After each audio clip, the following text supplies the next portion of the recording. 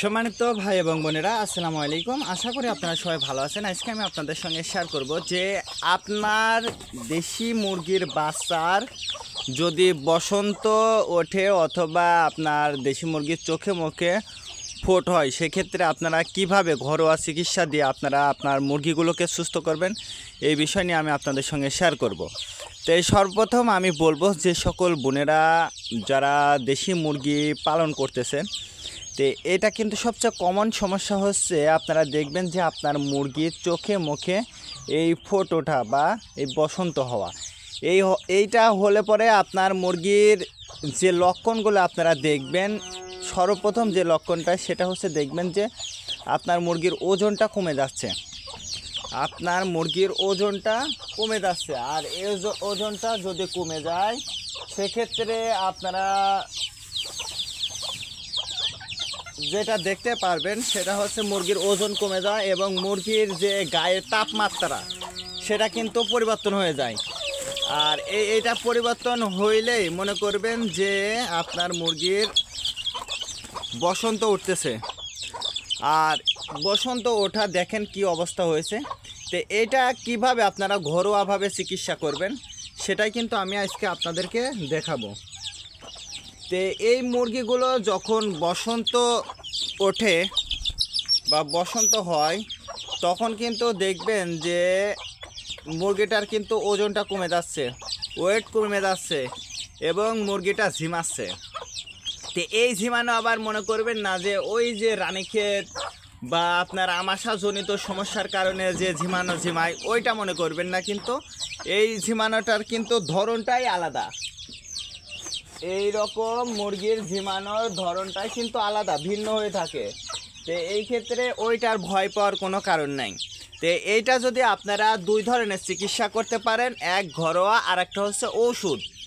আপনারা যদি ওষুধ দিয়ে চিকিৎসা করতে পারেন সেটাও আপনি করতে পারেন, আবার যদি মনে করেন যে আমি ঘরোয়া চিকিৎসা দেব সেটাও আপনারা করতে পারবেন। দুইটা পদ্ধতি আপনার কাছে খোলা আছে। তো যেহেতু যারা খাসা পদ্ধতিতে পালন করেন তাদের কিন্তু এই বসন্ত রোগটা খুবই কম হয়, তার কারণ ওনারা হচ্ছে বায়ো সিকিউরিটি মেনটেন করে। আর আমার মতো যারা ছেড়ে দিয়ে মুরগিটা পালন করে তারা কিন্তু খুব একটা বায়ো সিকিউরিটি মেনটেন করতে পারে না। আর এই বায়ো সিকিউরিটিটা মেনটেন না করার কারণে আসলে ছেড়ে দিয়ে মুরগিটা পালন করলে কিন্তু বায়ো সিকিউরিটি মেনটেন করে চলাও যায় না।